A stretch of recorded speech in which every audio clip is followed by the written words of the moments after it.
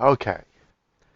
I'm afraid my ambition and my technology has exceeded my um, ability here, or fallen short probably. So for people that have to do this completely off of these videos, I apologize. This is going to be very frustrating, and I'm going to try to fix as much of it as I can. Is that use the microphone to try to get voices. Sometimes it works, sometimes it doesn't work.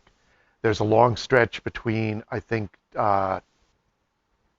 and 3 where it just cuts out. So there's a long stretch with no sound. Um, it also turns out that this thing didn't turn on for the first page.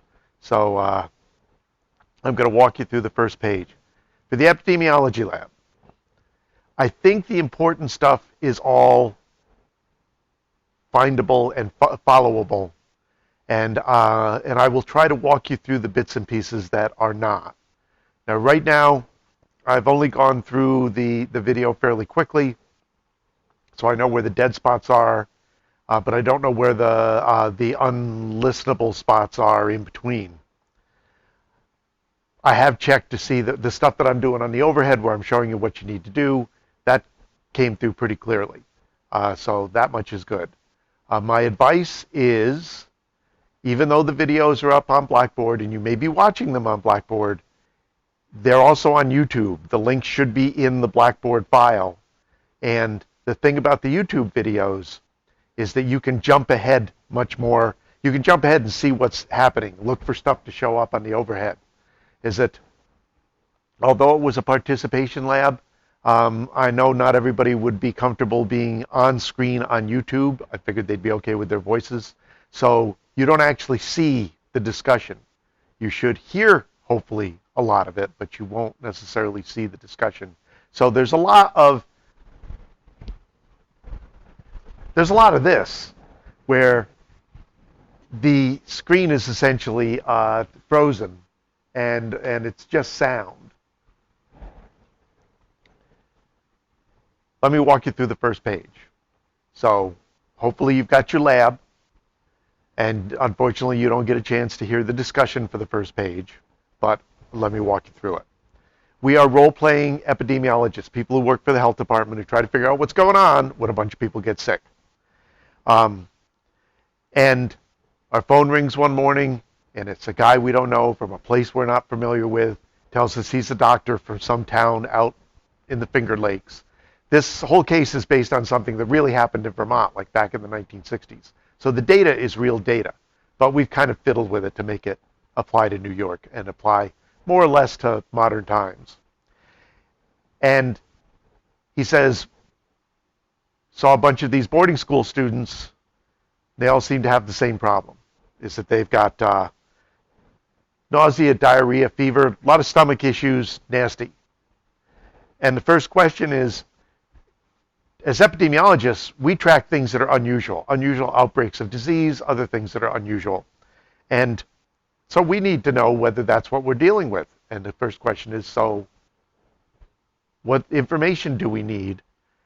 And the real underlying question here is, why is this guy calling us?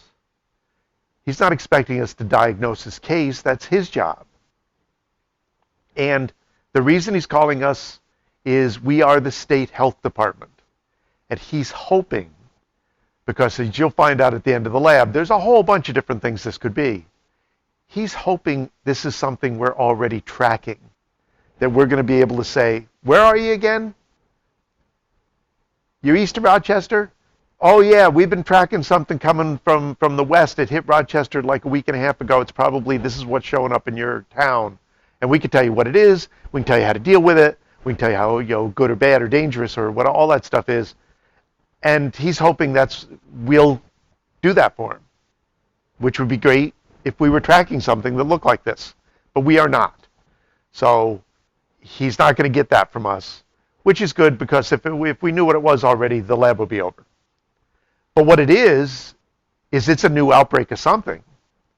And as the health department, it is our job to try to figure out what that is. So we got him on the phone.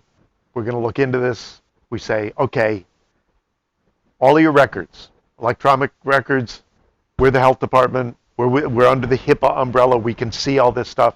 Send us everything. So we're going to get everything he's got on every one of these students. Hopefully he's got, all their information, case histories, all that stuff. Second question is, what else do we want from him? Well, we want stuff that won't necessarily be in the records. He's on the ground out there.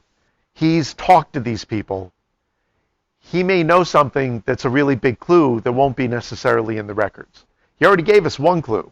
Everybody he's seen is from this boarding school. So they have something in common that we already know. Maybe he knows something else they have in common. So we ask him. So are they just from the school? Because maybe he's going to say, well, I think they're all on the same soccer team, or they all live in the same dorm, or they're talking about all being in the same chem class. Those would be huge clues. So we need to ask him that. Also, we can't jump to the conclusion right away that just because he's just seen students from the boarding school, that whatever this outbreak is, it is limited to the boarding school. So we want to say to him, have you seen anybody else? If we need to check around to see if there's other cases that don't have to do with the school, who can we call? Because we don't know, he's out in East Armpit, New York. We don't know what the local authorities are. And in a lot of the outlying counties, maybe not so much now that we're dealing with this pandemic, but it used to be you'd call a local health department and you'd get an answering machine, and maybe they'd call you back and maybe you wouldn't. But you can call to the local hospitals, to the local urgent care centers, and if he gave us a list, we're not going to have him call for us. Maybe we are. But we need to check around to see if this is limited to the school or not. So this is all stuff he can tell us. That's question 2. Question 3 now, follow up. Let's see if there are cases out there that are broader than the school. Let's call the school. Is that we may get somebody on the phone who goes, I'll put you through to the infirmary. Oh, there's an infirmary. There is. Get the nurse on the phone. She may go, yeah, we had some of them, so, the ones that were really sick, we sent to him. He didn't know what it was. This has happened here like 3 times in the last 5 years. I can tell you what we're dealing with. And, maybe, and then that would be the end of the lab.